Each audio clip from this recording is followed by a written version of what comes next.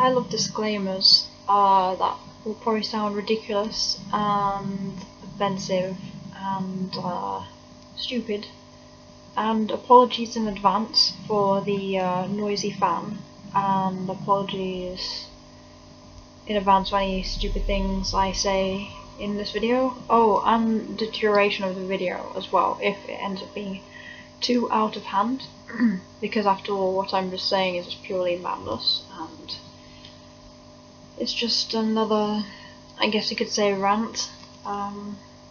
Yeah.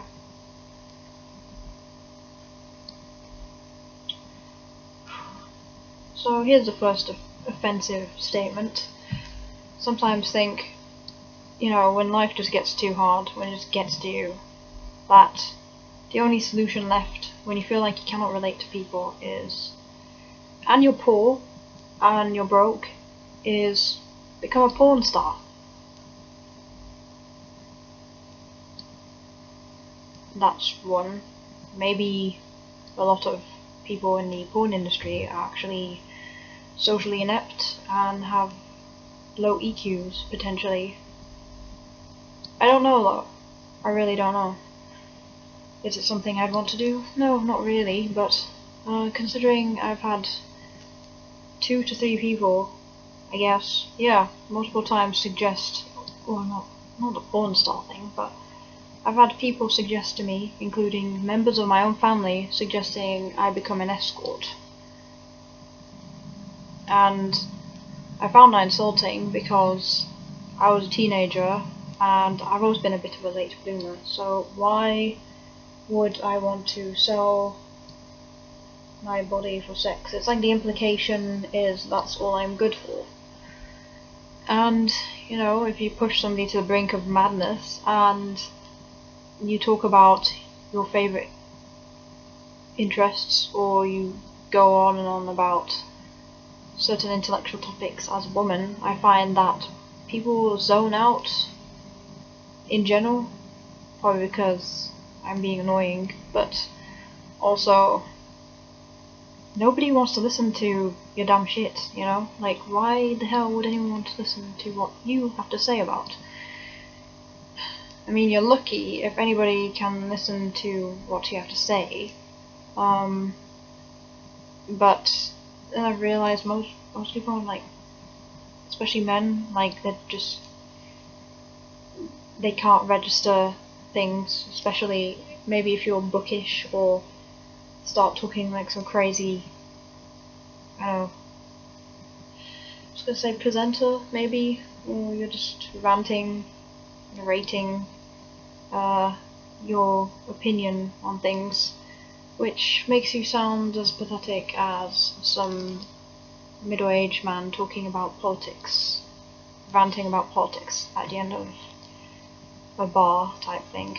And I don't want to be that kind of person. Like, I don't want to become sort of whiny woman, but one thing I found is trying to intellectualize things and not feel has only resulted in people, I feel like, rejecting me, being offended by me, being annoyed I'm not playing the role of being a woman, you know, getting my tits out kind of thing. I sound like some kind of feminist now, but a really narrow-minded one, I think.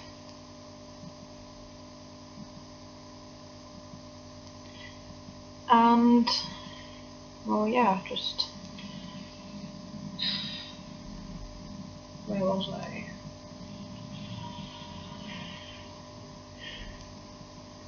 Yeah, no, one thing I've learnt through the marvelous internet is nobody gives a shit about the content of what you're saying, unless they connect with it, I presume, emotionally. No one gives a shit about the problems, because if they haven't been through them, it doesn't exist in their universe. It's called solipsism, if I said that right. So, again, if you dislocate your shoulder, and they've never dislocated their shoulder, you're, by their standards, lying for attention, and you're whining. It's just like, you're not allowed to have problems. Whining is bad, you know? You must preferably have your tits out, because if you don't, that means you have a stick up your ass. you know? Because, like, talking about how you really feel, but also how you intellectually feel, is like, well, go kill yourself, you know? That's the end result. Like, I mean, that's what happened to me for expressing myself. I've been told to go kill myself. I don't think because directly with this hypothetical argument in my head. I mean, I'm just being bloody minded right now, and that's how I tend to be. Extremely bloody minded, passive aggressive. I don't know if I'm being passive aggressive, maybe I'm just actively aggressive or judgmental. And here's the most frustrating thing is, never ask questions. God forbid, if you ask questions in a class, the teacher will get mad at you and put you in a different class because you're asking too many questions. If you ask too many questions of a priest or in some religious establishment, they will also get mad at you. If you ask your parents why questions, they will also get mad at you. And if you ask your friends questions, well, anybody decent enough might say, well, it's an implication that you're wasting their time, as one friend once said. That's why most people don't have to answer questions. That, and in my opinion, it's probably because it's too invasive. But a lot of the time, I find the questions are like I'm asking for help, really. So I'm not asking them, you know, what kind of creepy stuff they get up to when no one's looking. Like, you know, I don't really care, to be honest. And that's, I suppose, where I become self-centered, because when I ask for help, I think asking questions, asking almost borderline begging for help or clarification of a situation, if somebody doesn't want to meet the middle ground in terms of communication, intellectually or emotionally, they don't reach that sweet spot, then there's no point in even trying to bend over backwards for them. That's one thing I've realised. I've done that for many years. And I've realised essentially life is meaningless and pointless. But it's not to say life that's meaningless and pointless. It's people, I think, that's meaningless and pointless, because they come and go. When they're happy, they're happy. When they're sad, they shit all over you and project. And I do that too sometimes. I think sometimes I just wish, if I'm being annoying or judgmental, I wish people would just give me some kind of hint or indication rather than slam the door in my face. But then, who knows, maybe I do that. I don't think I do. I think I tolerate it a lot, actually. I tolerate people going on and on and on about, I don't know, just their lives and stuff like that. And I'm more than happy to accommodate that. It's just like when it comes to me trying to express myself and you know, open up to other people, I always find that things go horribly wrong because I become anxious, and anxiousness always leads to annoyances in the other person. So, God forbid you ever having an anxiety attack, God forbid you have flaws, God forbid you're dirt poor, because if you're poor and you flat out didn't have the same things as somebody else in a first world country, you're just making up for attention, love, because that's what you are, an attention whore. You're a complete attention whore, crack whore, freaking miserable cunt, bitch. I wonder if, like, this video is going to be taken down for saying these bad words. I don't think so, because one, I'm not getting paid a single penny. Instead, I'm presenting you my crappy, bloody-minded journey on what I believe to be, for the time being. Because one thing I've noticed is, apart from my core values, my beliefs and ideas are ever changing, I guess. So, I think it's weird, right? Because I think the next step is to become a hermit. But not necessarily a hermit. I think the next step is to shut the fuck up and never, ever, ever talk about my problems ever again. And because everybody loves a woman when she has nothing to say except, you know, gets the boobs out because that's all that matters.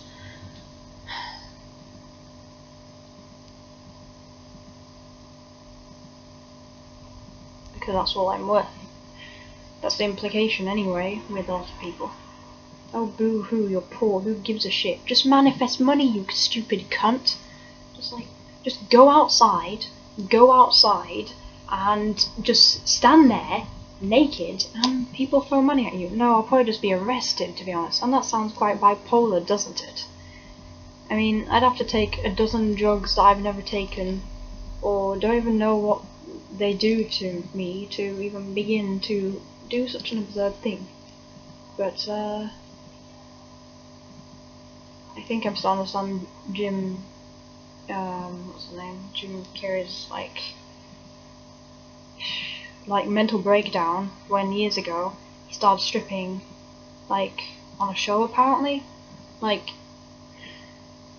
because the programming's not working anymore. That's what happens when you know, beat somebody with a stick metaphorically, or literally, and translate it into something being. The reality being is, that's what happens when you put on an act to play normal all the time. And the even bigger realization, you have to pay somebody, a stranger, to listen to your woes, your bullshit, because nobody wants to sit with it. And even if they do, here's the one problem with empaths, or empathetic people, or emotional, feeling people instead of intellectually thinking people, is the downside with emotional, creative people I've noticed is they can sit with your emotions, they can relate to you and connect to you emotionally, but when it comes to offering advice, I find it utterly useless. Like, and if they've not been through the same experience as you, it doesn't exist in their universe. Maybe it does, because there's that hint of something's happened that I've not experienced before, they sense it.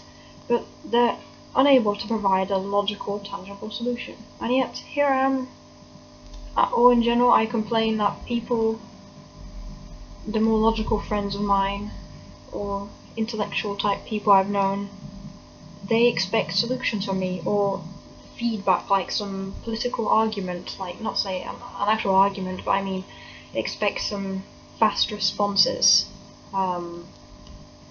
just like that. They want you to be straightforward, straight to the point, fuck emotions basically. If you feel any pain at all, it is best you smoke cigarettes, it is best you drown them in alcohol, and it is best you maybe stop being a stupid virgin. And that's the general consensus amongst some of my more, I guess you could say, stuck-up friends, male friends by the way. And I find myself in have found myself in a very unique position where, because I managed to get quite close to guys on just a buddy level, that somehow after a point they forget I'm female, and then before you know it, it's eventually they mention stuff about, like, this guy's a complete loser because he's a virgin, or not say a loser, but nobody would say that outright, but it's more like, this guy's kind of anxious and stuck up, because he hasn't lost his virginity yet. Or this guy's, being an idealist because he hasn't lost his virginity yet. The older you get, the harder it is. Nobody wants to end up a 40-year-old virgin. Well, the female equivalent of being a 40-year-old virgin, I think, is being a 40-year-old girlfriend. Or being a 40-year-old crackle, potentially. Basically, you're still single, partying like crazy. Or the other alternative is, you're the 40-year-old girlfriend that's been with a guy since your late teens, and they have not proposed to propose anything. They have not mentioned anything at all. And if you push, especially with the intellectual, the response is like, well, I'm not an anti-natalist, but, selfish type kids. Or, I'm just using that as an example, kids. Or the other one is, like, what's the point in getting married? Because it only benefits the woman, not the guy, at the end of the day. The guy loses everything if he gets married to a woman, because it's more likely to end up in divorce. maybe that is the case.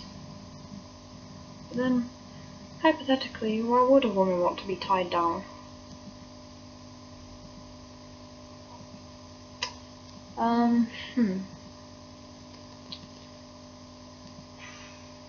I probably should stop this video and make a separate video on the other thing that's really getting on my nerves.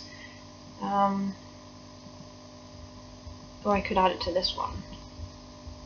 But then again, I'm not getting paid. Like, if you have a problem with this video being too long, for God's sake, just pause the damn video, go out, or get a drink, I don't know, pick your nose, freaking do a handstand. No one really gives a shit. Like, if you can't keep up, that's your problem. Maybe I'm being selfish. One day, maybe I'd make better videos, shorter videos, more condensed videos. I find being angry helps though. It helps condense things a lot more. I've made a lot of videos, but I never uploaded them, so there's going to be a backlog of videos in the wrong order. So if you come across this video, this might be the most recent video, and the next videos might be older videos, but they're all like broken up because I had to keep stopping. Oh well. I don't know why I'm so miserable, but I think the correct term is, after actually trying to take care of myself, have time alone, I've realised I'm actually really angry. It's kind of sad that anger is the only thing that keeps me going. Anger gets things done. Depression doesn't, apathy doesn't. Because remember, no one gives a shit about your problems. No one cares. You could kill yourself, it wouldn't really make a difference. In fact, some people might laugh over your dead body anyway, and they'll just assign the label of, well, she was just crazy anyway, we tried everything we could to help them, but, you know, they just killed themselves. Yeah, that's the kind of thing, like, maybe narcissistic individuals might do around your dead body, so I wouldn't advise you do that either. So, I mean, go ahead if you want, but what's the point? Somebody will just spin a web of lies if you die. So, really the solution is to outlive everyone else and have the last laugh. Revenge, you know, living life well is probably the best revenge, and I'm still waiting for that. Maybe I'm doing pretty well, you know, I'm doing okay considering that I should be homeless, or living with very abusive people. In fact, I'm doing good, even if I'm in a, what some people would say is living a 1950s wife lifestyle, or being codependent, because what other choice is there if you don't have financial assets, educational, you don't have any qualifications that are useful, you can't drive, or you're basically stuck, you live in a low socioeconomic background naturally, that if you leave a relationship you end up back in the depths of hell. Why go to that shit? Why return to it? Why stay in it? Why revel in it? Maybe I'm turning to the dark side, because it's very tempting, you know? I mean, I feel if I lose all hope with a few people I know who are basically very good people, but get quite annoyed at my inability to relate to them maybe, or I go off on these tangents. I don't know, just so be it. I don't know. I don't want to screw up those situations, those friendships, because if I screw up those friendships, I'm the kind of person who's likely just, I sometimes feel like I'm on the end of my line, and that, you know, I could just flip and never come back, and when I never come back, like, I mean, if somebody were to betray me, for instance, I mean, I say a lot of awful things, but I don't really act upon them, but I don't want to be a case of the last straw breaking the camel's back, basically. But maybe I'll just become really nasty, and I'll become a bitch, and I won't care. Because it's not like the universe punishes you for being bad, does it? I mean, apart from the most obvious things like criminals. But you've got to keep in mind, some of the worst criminals are people who basically never get caught. Compulsive liars rarely get caught. That's what people don't seem to realise. And, you know, it usually masks the darker things that these people can get away with in the face of the law, especially if they're above the law, if they're millionaires, billionaires, that kind of stuff. I don't approve of it at all, but it's very hard to even believe I have much of a moral compass left if I feel like I have to walk on eggshells with good people. I have to walk on eggshells around good people, because maybe my ego is too big, maybe I'm just a bitch, maybe I'm judgmental. But my tone of voice is never intended to attack the person. It's not an attack on them. It's more of an attack on the idea of how I perceive them, which makes it even worse because that makes me sound so self-absorbed. I'm living in a reality that isn't an objective reality.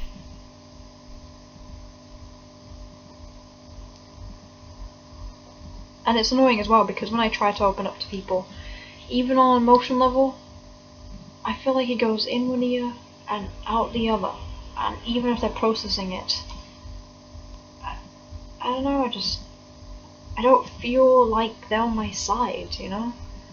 Or they're not providing that reassurance or comfort. Sometimes I just need feedback. Not a door slam.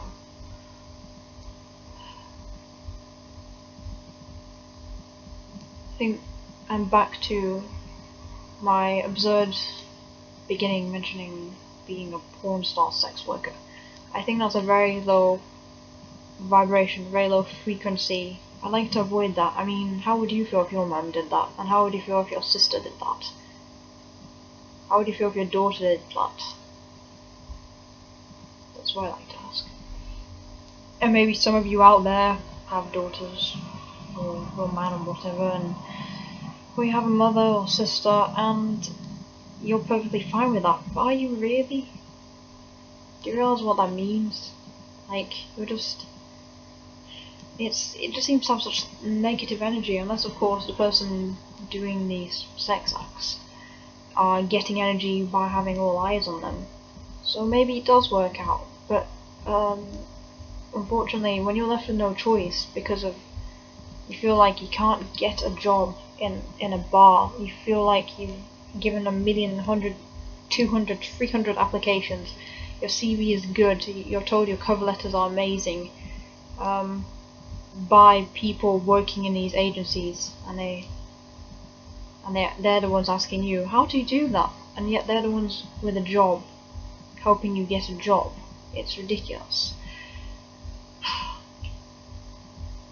I mean, technically right now money's not the problem, but if I want to live an independent life, and restart my life, I can't. Like, I can, but it's called going homeless again.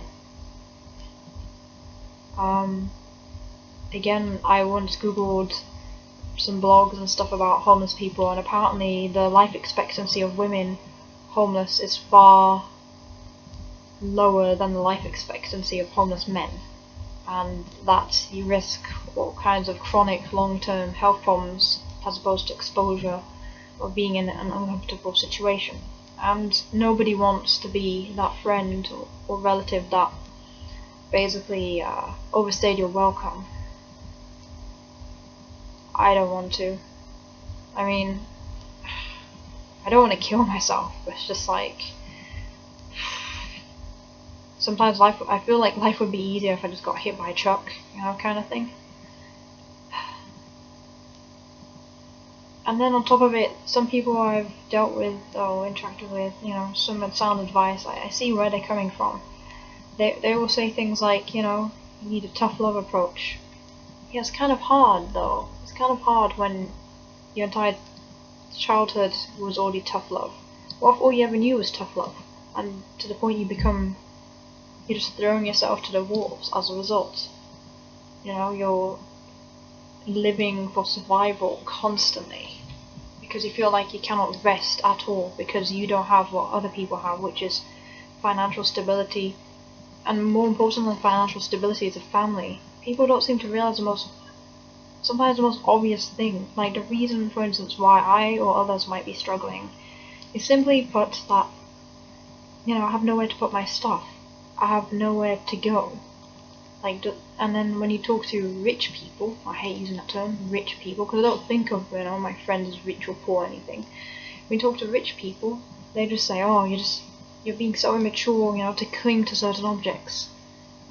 Yeah, but, like, what if you had to resell your treasured items and you didn't have many to begin with in the first place all your life? Or you had parents that kept taking away your favourite items just to fuck with you for years, and one day you'd return home into your childhood bedroom and find certain things just magically vanished, and you're like, what happened?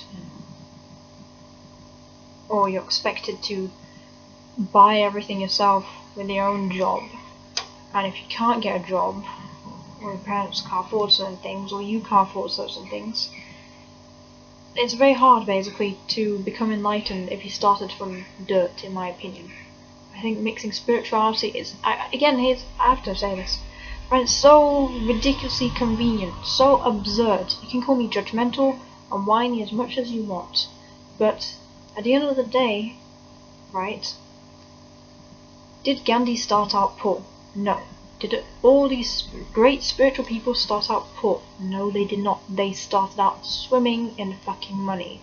And one thing I've noticed is usually the difference between, on top of it, another thing as well, between a good girl and a bad girl. Or, you know, a lot of the time, decent women, you know, if you're a guy interested in a nice middle class woman that has manners and that has some moral compass, not always, but generally I've noticed they always come from good families, not just mentally, even if it's not like great, right?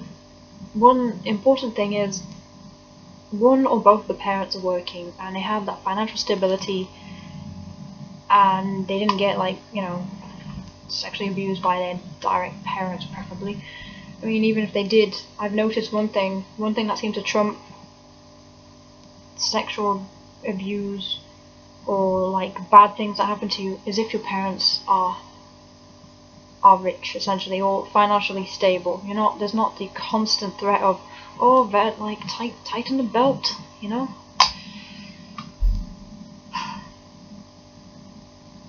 And another thing I've realised is it's just really hard to become spiritual if all you ever knew was essentially negativity surrounded a lack of, like, how can you believe in abundance if you never even experienced that because you were taught there is no such thing as abundance. Money doesn't grow on trees, you have to work really hard, and even then you still might get it. That's what creates a poverty mindset. And I don't like that. And I'm tired that basically the solution is what? So if you're poor, you have to become a sex worker? What? If you're poor, you have to work 10 times harder at trying to find work?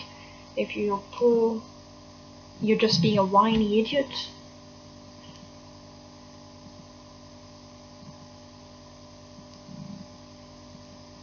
I don't know.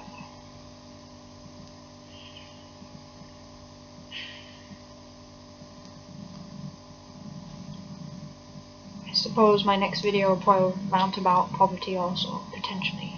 I need to make a proper video about why being poor sucks and what people just don't seem to get at all.